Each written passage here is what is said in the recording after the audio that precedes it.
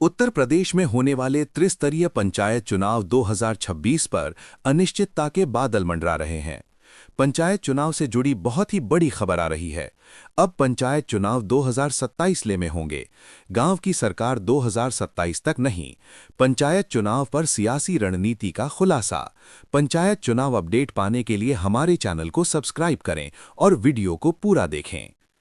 उत्तर प्रदेश पंचायत चुनाव 2026 के महाकुंभ में विलीन होती गांव की सरकार। उत्तर प्रदेश की राजनीति में एक कहावत मशहूर है, दिल्ली का रास्ता लखनऊ से होकर गुजरता है, लेकिन लखनऊ की कुर्सी का रास्ता गांव की पगडंडियों से तय होता है।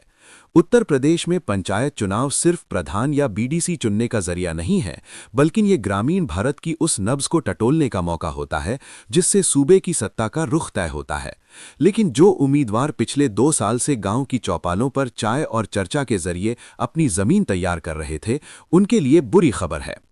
जुलाई 2026 में होने वाले त्रिस्तरीय पंचायत चुनावों पर अनिश्चितता के बादल मंडरा रहे हैं। अब ये लगभग तय माना जा रहा है कि उत्तर प्रदेश में गांव की सरकार अब लखनऊ की बड़ी सरकार यानी विधानसभा चुनाव 2027 के बाद ही चुनी जाएगी। एक, पिछड़ा वर्ग आयोग, वो कानूनी पेच जिसने चुनावी रफ्तार रोकी। पंचायत चुनाव टलने का सबसे बड़ा तकनीकी और कानूनी कारण पिछड़ा वर्ग आयोग का पुनर्गठन न होना है। उत्तर प्रदेश में स्थानीय निकाय या पंचायत चुनाव बिना ओबीसी आरक्षण के नहीं कराए जा सकते। नियम क्या कहता है?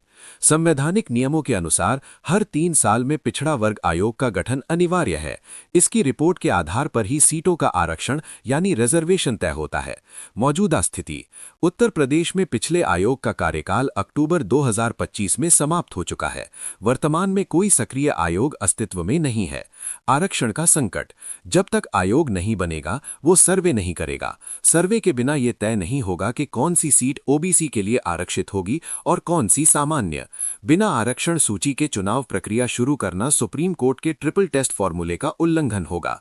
अदालत में दाखिल एक जनहित याचिका के जवाब में सरकार ने भी स्वीकार किया है कि आयोग गठन की प्रक्रिया में है, लेकिन जानकारों का मानना है कि गठन से लेकर सर्वे और फिर रिपोर्ट लागू करने में कम से कम 6 महीने का समय लगेगा। ये समय सीमा सीधे तौर पर चुनाव को 2027 की दहलीज पर खड़ा कर देती है। 2, वेट एंड वॉच की रणनीति, क्या हार का डर है? सियासी गलियारों में चर्चा है कि पंचायत चुनाव की देरी सिर्फ तकनीकी नहीं बल्कि रणनीतिक भी है। इसके पीछे कई राजनीतिक कारण छिपे हो सकते हैं। गुटबाजी का खतरा: पंचायत चुनाव दलीय आधार पर भले ही पूरी तरह न लड़े जाएं, लेकिन उम्मीदवारों को पार्टियों का समर्थन प्राप्त होता है। गांव के स्तर पर होने वाली रंजिशें अक्सर विधानसभा चुनाव में पार्टी के वोट बैंक को नुकसान पहुंचाती हैं। कोई भी दल नहीं चाहता कि 2027 के मुख्य चुनाव से ठीक पहले ग्रामीण स्तर पर कार्यकर्ताओं में आपसी फूट पैदा हो। एंटी इनकम्बेंसी यानी सत्ता विरोधी लहर: अगर पंचायत चुनाव में परिणाम उम्मीद के मुताबिक नहीं रहे तो इसका मनोवैज्ञानिक असर विधानसभा चुनाव के मतदाताओं पर पड़ सकता है। विपक्ष को हमलावर होने का मौका मिल जाएगा। संसाधनों का प्रबंधन: चुनाव लड़ना और लड़ाना दोनों में भारी जनशक्ति और धन की आवश्यकता होती है। राजनीतिक दल अपनी पूरी ऊर्जा और संसाधन 2027 के फाइनल के लिए बचा कर रखना चाहते हैं। क्या एक साथ होंगे पंचायत और विधानसभा चुनाव? एक संभावना ये भी जताई जा रही है कि उत्तर प्रदेश में 1 स्टेट 1 इलेक्शन जैसा नजारा देखने को मिल सकता है। प्रशासनिक बोझ: 2 बड़े चुनाव 6 महीने के अंतराल पर कराना प्रशासन के लिए एक बड़ी चुनौती होती है। सुरक्षा बलों की तैनाती से लेकर शिक्षकों की ड्यूटी तक पूरी मशीनरी ठप हो जाती है। सियासी लाभ: सत्ताधारी दल को लगता है कि अगर विधानसभा और पंचायत चुनाव आसपास होते हैं तो वे विकास के एक ही एजेंडे पर दोनों को साध सकते हैं। हालांकि जानकारों का एक धड़ा यह भी मानता है कि पंचायत चुनाव विधानसभा चुनाव के ठीक बाद यानी मई-जून 2027 में कराए जा सकते हैं, ताकि नई सरकार के गठन के उत्साह का लाभ स्थानीय चुनावों में मिल सके। 4, उम्मीदवारों का दर्द, करोड़ों का निवेश और सालों की मेहनत।